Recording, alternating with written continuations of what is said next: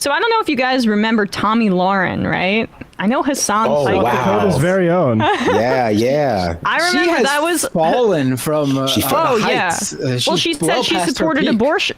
She said she supported abortion, and she was excommunicated from conservative circles. The left, the right. Sorry, excuse me. Pardon me. The right is just so unaccepting of alternative viewpoints. I know. Tomi Lahren is a victim of that. Why do they not embrace debate? I mean, can't she agree with one left-wing positions and still be a total freak?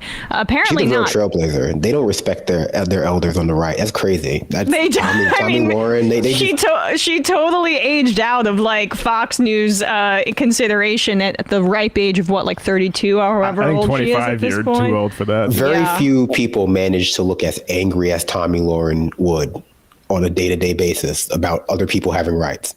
And I remember that was like Hassan's big confrontation where he basically, I mean, dismantled her. I remember this. Yeah, this was like his big rise to prominence. I think if I'm remembering correctly, and I enjoyed those videos very much.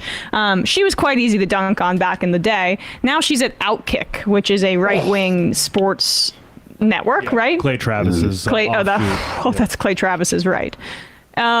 And so, of course, naturally, I would imagine, again, having kept up with her much, she's very concerned about trans women in sports. So she asked Governor Ron DeSantis about it, who went on her program, specifically about a digital ad that came out where he criticized Trump for being supportive of the LGBTQ community. There were a bunch of quick cuts, pride flags, men greased up. You can get the ad ready if you'd like. But, Bradley, you have it? Let's watch this ad then.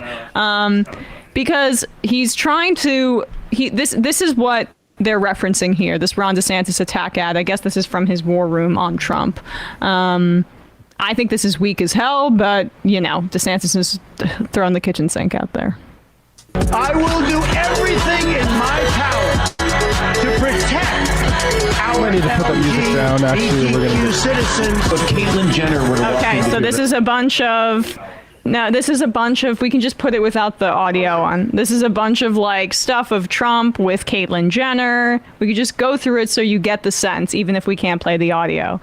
A pride flag with Pride Trump. Month, yeah. Includes the T. And they do get to, this is the central thing here, that Trump included trans women in the beauty pageants or said he would be fine with it. Yeah. And then like they used all this footage. I saw that. Do they use Peaky Blinders in this? Because there it is. Peaky Blinders released a statement saying they don't condone the use of their thing. I mean, I feel like it's probably given more attention than it deserves. But. Yeah.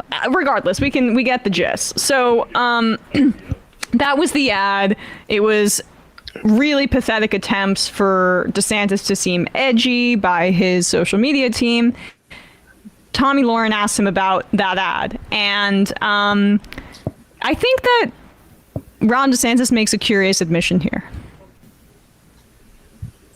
The DeSantis War Room Twitter account put out a video attacking Donald Trump for, I guess, his advocacy for the LGBTQ community. And some people on the Trump side, and then, of course, the liberals, some people in between, they were pretty upset at that video. It features Caitlyn Jenner and other folks. What do you say? What was the intent of that video? And it was not put out by you, but it was put out by an account linked to you.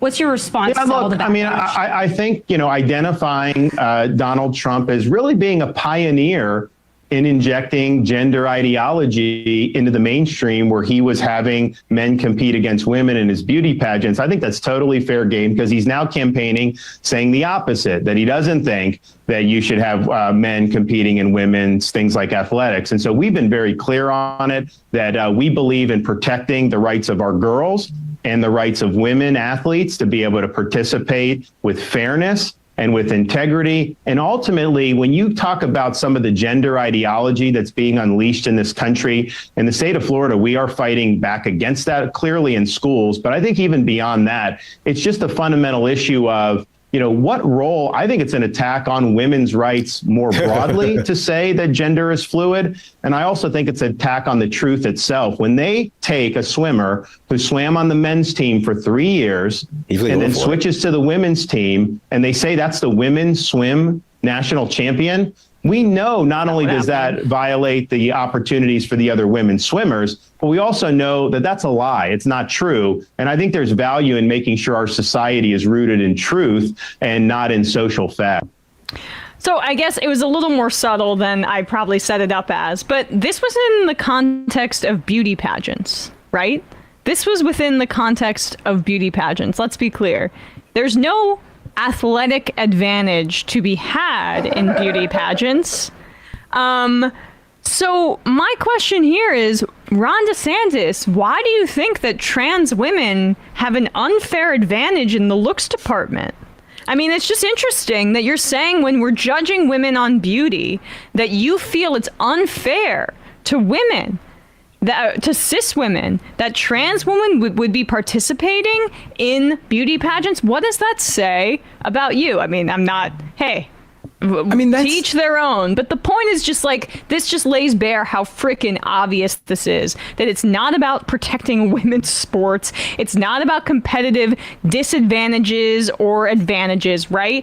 It's not about fairness. It never has been. It's about excluding trans women from elements of society and saying, you're not really a woman, so you don't get to participate in this element that is categorized as for women. You don't get to go to this bathroom. You get to play tennis on this team. You don't get to swim. The example he uses, by the way, Leah Thomas finished in 5th behind 4 cis women. 5th.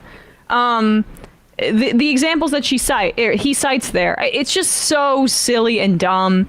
And hey, I mean, if he's really admitting that, that's I don't know who's the real promoter of LGBTQ people there. That's a fundamental thing about this whole, like, what is a woman fixation, and the people that don't want to accept, like, oh, there's actually a difference between, like, sort of biological sex and gender, and people are like, oh, yeah, you're avoiding the question.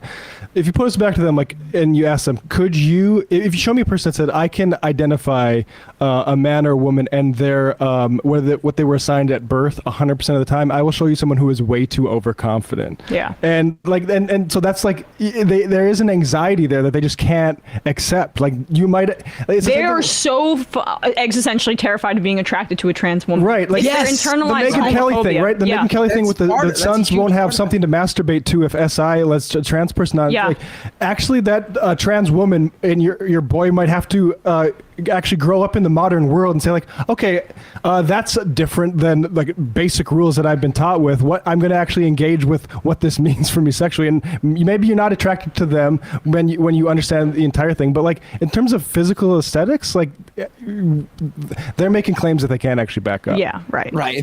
That's a huge part of it. They're really upset that there are trans women out there that they are attracted to, or they wouldn't be able to tell that they are a trans woman. So that's what so much of this about. I mean, if you ask trans women, like, what, and there's been numerous documented cases of this, like, one of the fears of just, taking part in, just the societal expectations of dating and all that, is that someone they're going out with will find out that they're trans and treat them differently. People have gotten violent against trans people for them being attracted to them.